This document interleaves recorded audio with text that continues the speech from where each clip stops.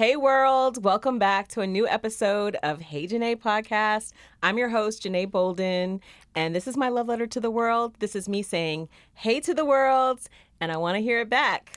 Hey, Janeé. Hey, Janeé. Hey, Leela. Hey. Today we are joined by none other than the amazing, accomplished vocal impresario herself, Leela James.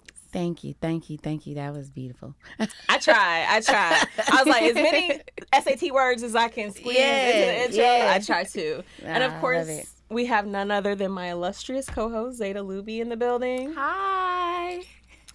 So I'm super excited for this week's episode. I've been looking forward to it. We've had conversations with Leela's team for a couple weeks, so there's a lot of anticipation for this episode. So welcome to the show, Leela. Thank you for having me. How are you doing? I'm good. I feel good. I'm glad to be here. You look beautiful. Thank you. I love the hair. Thank you. We're big natural hair. It's all natural vibes up in here. Yes, so I'm feeling it. I was telling you earlier, I love your color too. I was rocking that color for a hot second. Not a hot second, for a long time. I feel like we were ginger twins for a minute. And I enjoyed it. I was nervous actually to go back to the dark color, but I love that. Now you got me wanting to go back there. Yeah, I went brunette for about 4 months of this year, and I just hated it. I liked it for about a day. Yeah. And I was like ready. The time called, and I was like, I'm back to my true self. You got to work up to the hair color changes sometimes. Yeah. You can't. Trying to be spontaneous about things, they make a big difference, bigger difference than we mean for them to. So, Leela, the way we like to start every episode is with a moment of joy. Okay. So, what's your moment of joy this week? Just waking up and, my family, seeing my kids, my parents, hearing my mother's voice. I love that. There's so much joy to be found in just our daily lives, and I think gratitude is a great way to start the day. I think so too, especially with everything that's going on in the world. Like I said, I'm so grateful and appreciative towards the little things, family. Yeah, because everyone is not as blessed. Zada, what's your moment of joy this week? My moment of joy was actually happened this morning. I was able to bring someone I very much care about with me here today, Samaya. I'm excited to hear her feedback about how she feels about sitting in on the podcast, what she thinks about it. Me too. I'm excited. We got a little audience today. I love it. Like, looking in the booth, it's a whole crowd. I think we got 5 people in there. Hey, guys. I was telling Elle, you and Samaya look like you could be cousins. That's so funny. We're not cousins. Yeah. But I could definitely see it. I feel like Black people and their friends, we always kind of look like cousins. Yeah. And we could be, and then they kind of become cousins. Check them roots. Now that's another part. Yeah. We could be cousins, or we are probably fourth cousins at the end of the day. We all, the world is only but so big. Same tribes. 100%.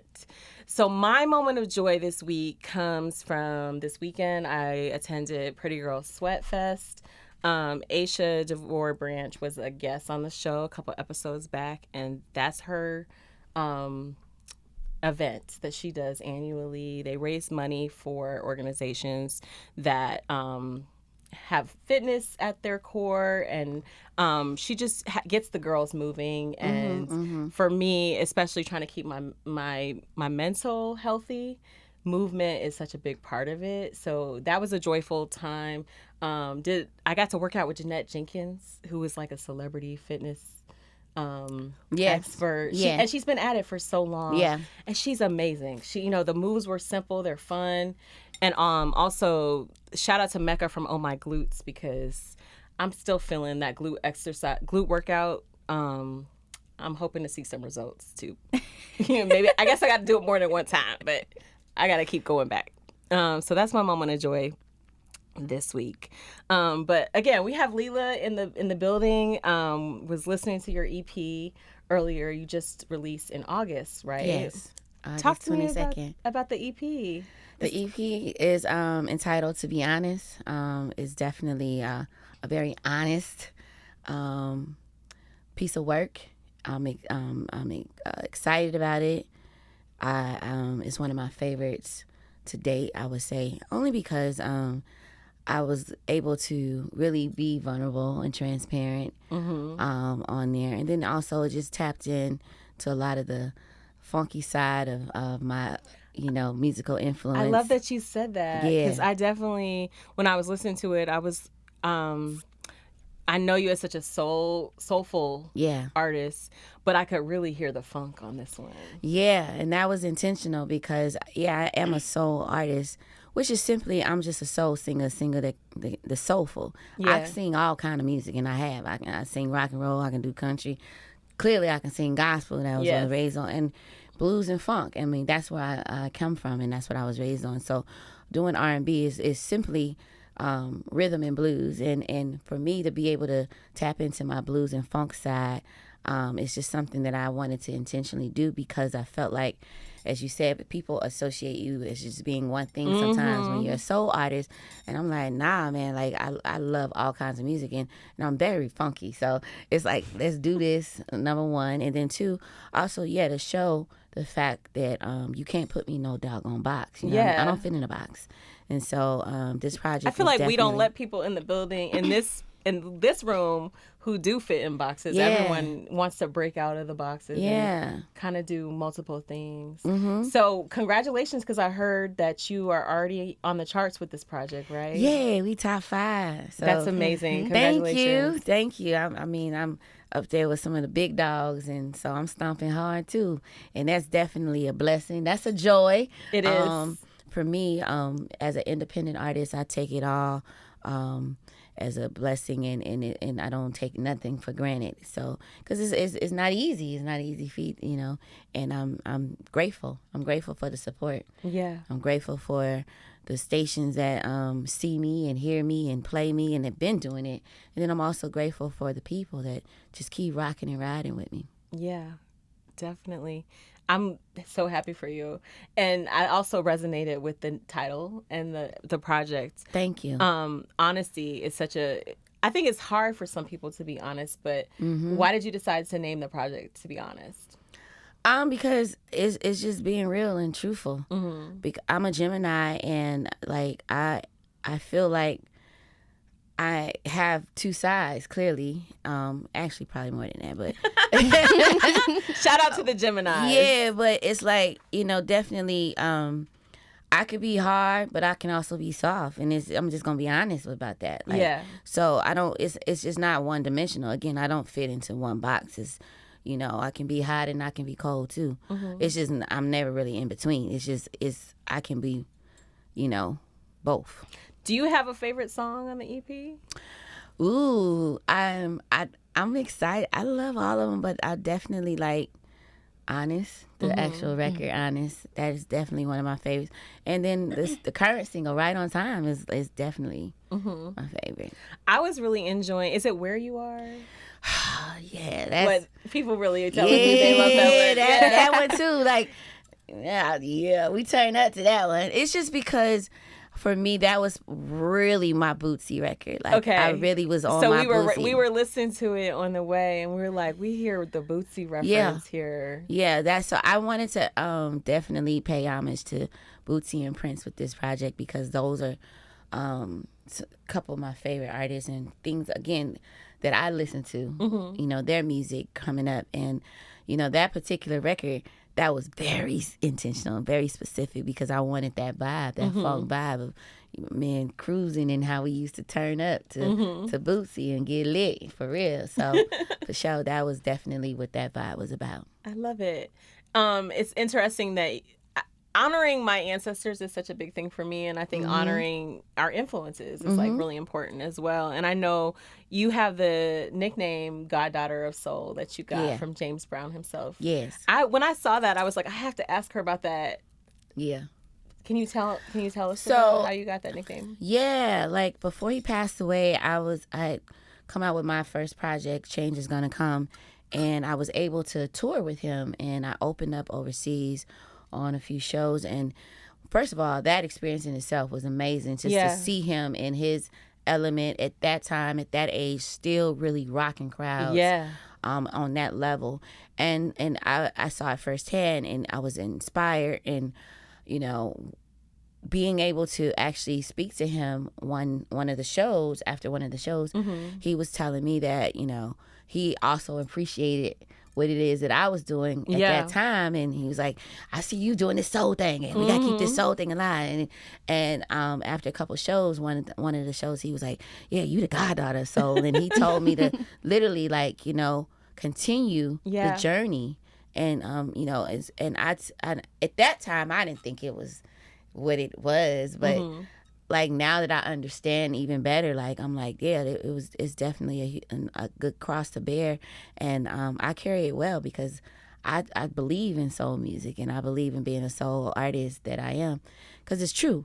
And I embrace it. Who do you like listening to from now, like your contemporaries?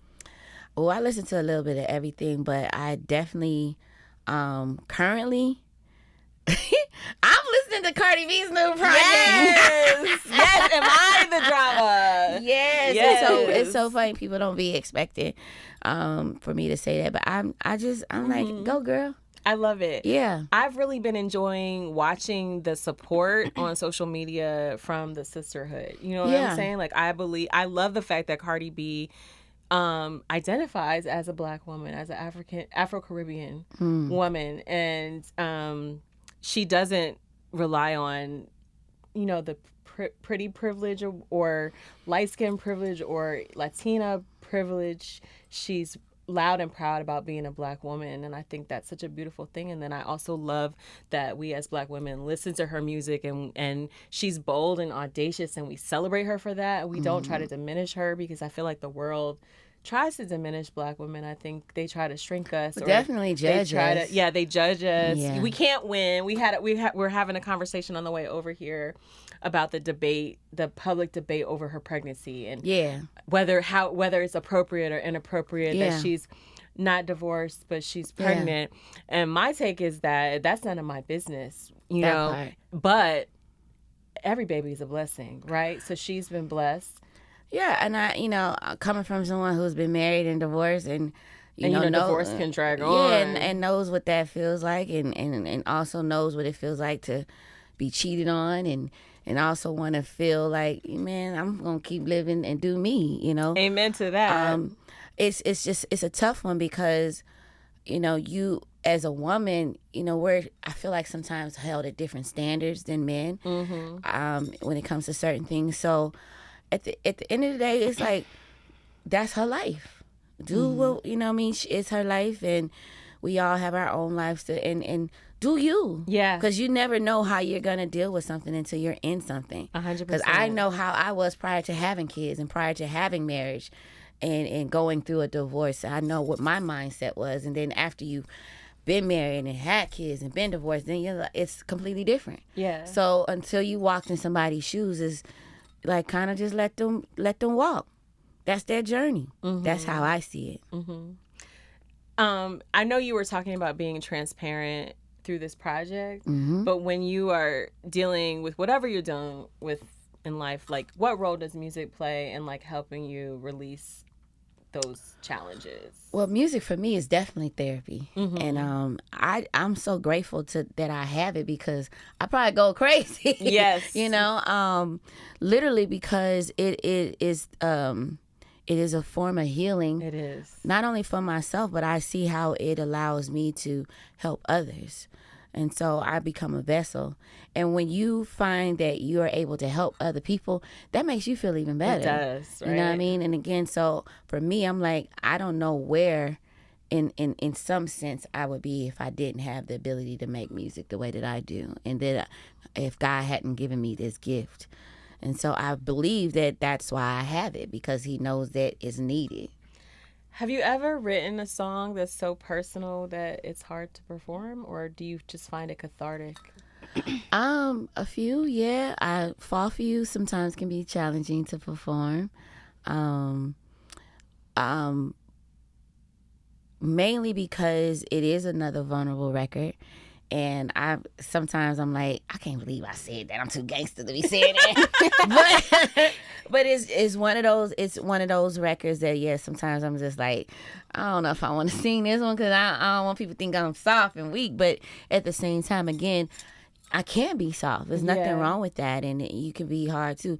Because I'm soft don't mean I'm weak. It just means I'm human. Mm-hmm. So, yeah. I love that. Yeah. I really everything you're putting down, I'm picking up, okay? Yeah, you catching it, right? I am. And I love that you said that you're too gangster. And I hear the West Coast and born and raised in South Central. Mm-hmm. West Side, he already know. D-House. Real for sure. Signs from the other side of the booth. Yeah, he from the West Coast too. But no, for sure. It's like, I feel like as women, a lot of times, going back to like these standards that we're held to, sometimes we're expected to be so strong and do this and do that.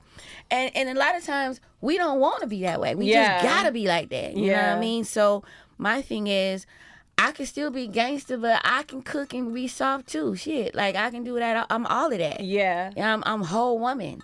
You know what I mean? But don't get me fucked up. Right. I know you can cuss. Yeah, like we know how to do that too. Yeah. We need to. But I know how to be a lady. I love it. Yeah. Okay. Zada, did you want to ask anything before I... So what I was wondering, you talk about so much positivity, you talk about how you want to inspire people with your music, and I love how you talk about uplifting women. One of the things that I really wanted to touch on was the Girls Talk initiative. Mm-hmm. I'm a young woman. As I said earlier, I've brought another young lady with me. I look at her like a little sister. So it means a lot to me that you love to uplift women. Yes. And I wanted to know more about how that came about and what that means to you. So the Girl Talk initiative is something that is dear to me because as a young woman and as a mother of now a teenager, my experiences that that molded me, I feel like I also wanted to be able to share with other women. Mm-hmm. And because at a certain time in my life, I needed a mentorship and I didn't have it. And so for me, I realized the importance of sisters having a big sister. Mm-hmm.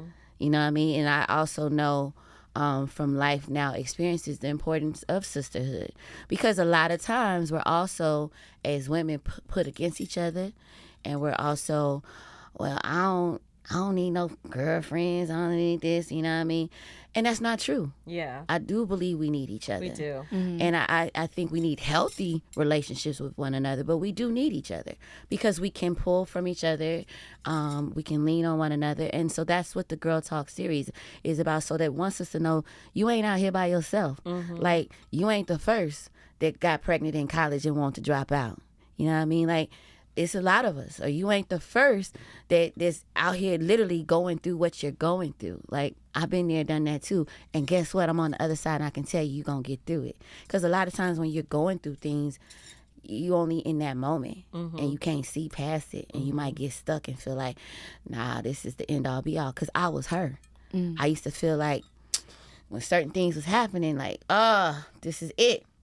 But grace of God, I kept going, and now I'm looking back like I'm laughing, like I can't believe I was about to let that right there stop me. Mm-hmm. You know what I mean? But so for me, it was important just to be able to be a big sister and a voice to the younger women, and then also just now also being a mother and watching my daughter come up and just want to be like, let me tell you how this got to go, and just try to help her navigate while we're here and shit.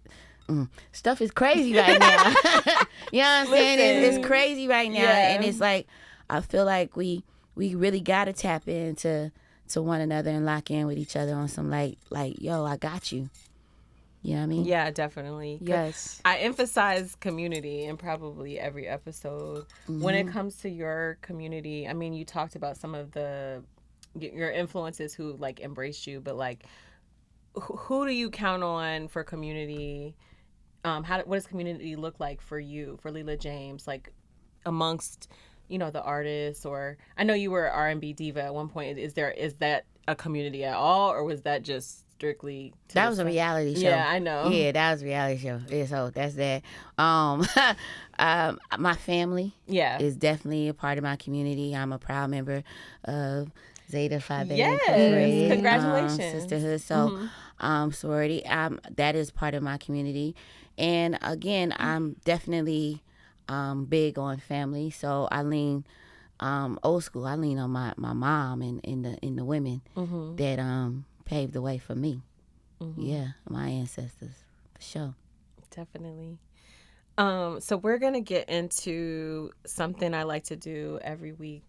See, stream, and skip. Okay. So I know you might have some shows coming up. I do.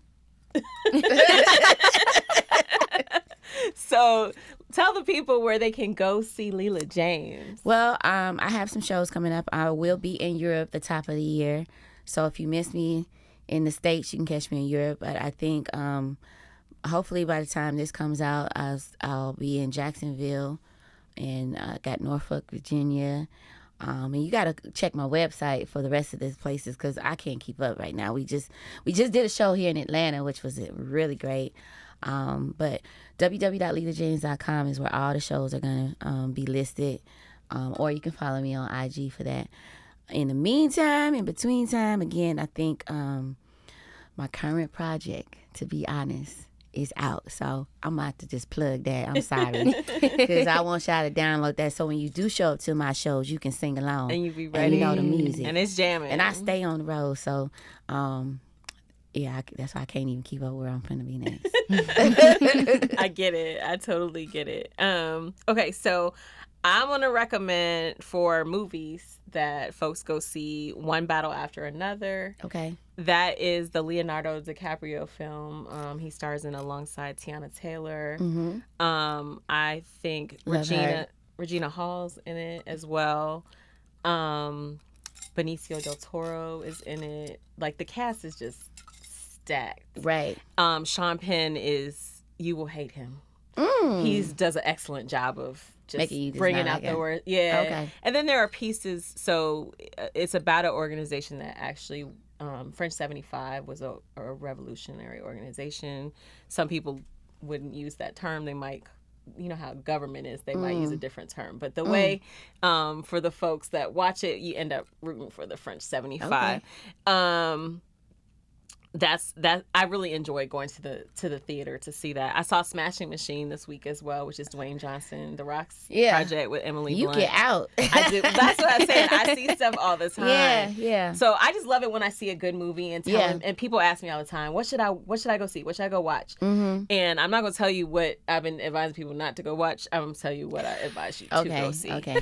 So I also suggest for streaming, it's coming to Netflix on the 26th, I think. Ruth and Boaz is coming to Netflix. I definitely they did an excellent job with that. Devon Franklin and Tyler Perry produced it together. It's Tyler Lepley and Soraya. The title alone is inviting. So, and it really does pay homage to that biblical story. Yeah. And people will really, not just the relationship between Ruth and Boaz, but the relationship between Ruth and Naomi is with Felicia Rashad is in the project as well. So that's something I'm gonna go ahead and recommend. For my skip, I really kind of want to go back to this Cardi thing and just say, like, skip the judgment of other people. If you're not in their shoes, don't judge them. If it isn't your business, if it doesn't concern you, if it's not paying your bills, if it's not touching your body, why are you worried about?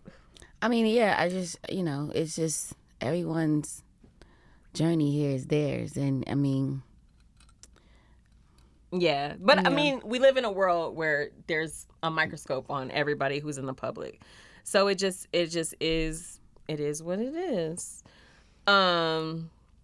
So those were the things. I also had on here, like, skip arguing with people who don't respect your boundaries. I think boundaries are vital. Yes. You got to have boundaries, because if you don't, people will cross them, and then now you find yourself in a weird, situation, pickle, and depending on the situation, you got to act out accordingly. So, it's best to have those boundaries. I prefer people that respect my boundaries because I don't like to be the other side. Mm-hmm. As a mom, like, what kind of lessons have you taught your kids in terms of, like, I think that's something I had to learn on my own was boundaries. I don't think my mom did a great job of, like, I mean, I don't want to say nothing bad about my mama because I love her. She throws down in the kitchen for me. But I think even in navigating my own relationship with my mom, we have one of those, when you were talking about your mom, like, I understand. My mom and I have a relationship that I describe as like the umbilical cord. It wasn't cut right because we are so close to where, like, he's laughing back there. People who know my mom, she just. Yeah, you just locked in. It's something like that. We locked in. We're so locked in. Yeah. So even when it comes to boundaries, I probably learned super late in life that, like, I had to put a boundary even with her. So I'm just curious because I don't have kids, but when I think about the things, if I did have kids, like, what would I really want to teach them? And there's, like, financial lessons I would teach them, but also, like, boundaries would be a big one. But you could start with boundaries, but what are the things, especially as you said, you have children who are reaching the teenage years, so it's really important to learn so many different things. What are the keys you're giving them? Well, right now, ironically, my daughter, she's 14, my son is 9. I'm definitely big on honesty. So I've been focusing a lot on telling them that, you know, first of all, there's nothing new under the sun. That was something my mom always used to tell me. Yeah. And you know, trying to get them to see that things that they think they can get away with. Yeah. I've been there and done that. Yeah. So my thing is, everything you do in the dark comes to light one way or the other. So tell the truth. Yeah. Be honest. Walk with integrity. And maintain your character. Yeah. So my thing right now is trying to make sure that is really, really solid in them. Yeah. Because they're in that weird, especially with my daughter and in school, and where kids they want to sneak, they want to do this and whatever. I'm like, yeah, but you're not really getting away with that. Like you I grew up in South Central LA. You growing up in the suburbs, like, you're not doing anything. like listen, like I've been there and done that. So I'm trying to teach them, like, always walk the straight and narrow. Yeah. Because there's consequences to things that you do. You don't never get away with nothing. So even when you think you getting away, you really not. Because there's this thing called karma. So I'm teaching them that. I'm also, with my daughter, when it comes to the boys, I'm teaching her, you know, the whole respect thing. Yeah. And not, you know, tolerating certain stuff. Don't allow a boy to talk to you a certain kind of way. And also, you carry yourself a certain kind of way. With my son, the same thing. When he's at school, I'm teaching him from the other end. Like, there's a way that you have to treat a young lady. You know what I mean? So start now. It's a way that you conduct yourself at school. It's a way that you answer. So those are all the things that right now I'm starting early on, especially with my son, because I'm like, you're a black man, so you're going to be held to some, you know, high standard. You gotta carry yourself a certain kind of way because you represent me. You know what I mean? So tighten up, and I'm big on them, you know, representing not only themselves but the family. I love that. Zada, as you're listening to Leela, do you think about any of the things? I know your dad has played such a pivotal role in your development.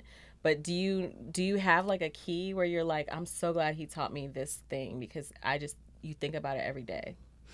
I would say that I'm really happy about the way that he has managed our relationship together and our boundaries together.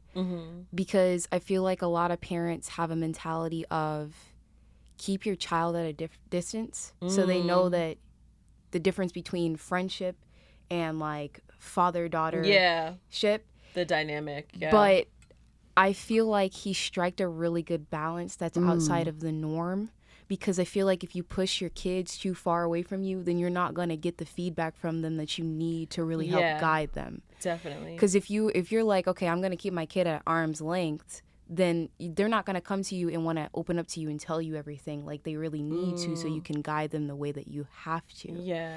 And me and my dad are really close, but there's still a lot of boundaries to where I know not to cross certain things. Yeah. but I still tell him everything, and I feel that. comfortable with As that. you as a 21-year-old still being able to go to him for everything is great. Yeah. It's interesting because my mom and I, when I was in high school, she told me, like, you could tell me anything. Mm-hmm. And I didn't always, because of course at that age, like you said, you want to kind of like keep things private. You don't want to tell them everything. But when I got to places where I was like, I don't know what to do, like actually being able to tell her was such a great experience. So it's beautiful that you have this relationship with your children. You have this relationship with your dad. I have this relationship with my mom. You said something interesting about growing up in South Central and then your kids growing up in the suburbs. Yeah. That's a whole other type of danger to the suburbs, though. Yeah. I grew up in Iowa, so. Oh, whoa, wow. Yeah. That's everybody's reaction. Everybody's like, well, how was that? Yeah. But I actually feel like the kids grew up faster because we were in the suburbs, because there was nothing really to do. So we got into trouble because there was nothing to do. So kids were drinking younger. They were smoking weed younger. They were experimenting sexually younger. Yeah. Oh. And I also just think this generation, they have so much more exposure to stuff. Yeah. And also like even just what social media has to offer. How do you feel about social media? It's very tricky, yeah, especially when trying to navigate raising kids. You're constantly on pins and needles and trying to, monitor what's, and it's only so much you can. It's the ones you delete one app and block this, and then there's something else, or their friends or have this, or they hear, so it can it presents its challenges, and it's not going anywhere. So it's just about trying to figure out how to get through these stages, but also being very, again, honest about stuff. So it's like you can't really hide, anything. And I think it's also, for me as an adult, that's why it's also important about like how I move, because I'm like 100%. The difference between our parents is they don't really have nothing, like right. There is no nothing. social media. That's why they talk about free Nick and like they, it's like I don't have no pictures. I can't pull up a video of my mom doing whatever. But 10, 20 years from now, my kid's gonna be able to, Mommy, you did. Well, so you kind of got to think about all of that, and how you moving, and because kids don't really do what you say. They do as you do. They watch how you move. Like I'll tell my son to do something, but Mom, I didn't. What you? If I say shut your ass up, right? And if I hear him saying shut your ass up, you stupid. Did you just curse? Well, Mom, you said it. Yeah. So it's like, what I mean? You have to, all those different things I have to be mindful of. And, social media is definitely a tricky place because they are exposed to so much. So then I have to say, yeah, well, this is what this is. And this is, you see them doing it, but that don't mean it should be that. Yeah. You know what I mean? That's just the choice that they made. So, it's weird, Do you enjoy using it? And like when you have your own viral moments, like how do you feel about them? I mean, it's great. I mean, it's definitely, again, pros and cons. So that's one of the pros, of course, as an artist. But, the flip side are the negatives, the negative informations or images and things that are just not serving to young people or to us as a culture. So you just got to find that balance and just, someone I just saw recently posted, social media is not real, so don't get caught up in it. And I think that there's some truth to that. There's certain things on social media that it's just like you can't just internalize. You just got to take it as for what it is, sometimes just entertainment. So I know you're traveling a lot. You have a lot going on. You have shows, and then I'm assuming you're still always creating as well. What do you do for fun? Ooh, sleep when I can. I like to sleep. I like to fish. I like to wow. Yeah, I love to fish. I love to partake in all things natural and green when I can. Yes, and Yeah, just chill out. I like to rest and watch television. That's how I decompress too. Yeah, yeah. I'm real simple. I'm not a club going girl. None of that. I've never been that person. Now I enjoy music. I enjoy listening and hearing, being in a party type of environment when it's right. But just like being in a club with a bunch of people I don't really know, I ain't never really been that. That's not the fun thing for me. But get me to a nice beach where I can lay out and chill out. So for self-care, like what kind of things do you do for mental wellness? I'll go get massages. I need one of those right now. I like to get a facial. And again, I just like to take chill time. I might just take a long bath and then go to sleep. I'm big on sleep too. Yeah. Yeah. I need a nap. I might get a nap after this. Yeah. Well, I like to do affirmations. So I was thinking maybe we would end with the affirmation. How do you feel about that? Okay, so I think for me, you were talking about waking up and just finding the joy in that. So I thought something about around presence, just kind of like staying present, being aligned, and like trusting the timing of our lives as the affirmation. So my affirmation is, I am aligned with the cosmic dance that brings events into perfect harmony. Okay. You like it? Yeah, I like that one. You like it? Okay. Heavy. You feel like it's heavy? Yeah, come on. Well, I think it's just good and heavy and good. When you have uncertainty, you don't necessarily always like know the next step or whatever. So I think that's kind of where I'm at, and just trying to figure out how to embrace the moment and how to just trust like God's perfect timing. Yeah, being right on time. He will be right on time. God's timing is perfect timing. Perfect. I'm so happy that I had the opportunity to meet you. Thank you so much for joining us. I'm happy to be here. This has been great. It's really been. This is talking to your girlfriends. Yeah, definitely. We so enjoy having you. Please let us know when you're back in Atlanta. We'd love to have you back again, and just remind the people about the EP, where they can get it. Yes, my current EP album is out right now. To Be Honest, that's what the title is, and it's available on all streaming platforms. Download it, stream it, then download it and stream it again. Yes, do that. Run them streams up. Because yes, it's independent artists. We need that. Yes, we need that. Yes, we do. So this has been my love letter to the world. This has been me saying hey to the world. And of course, I always want to hear it back. Hey, Janeé. Hey, Janeé. Thank you. Thank you.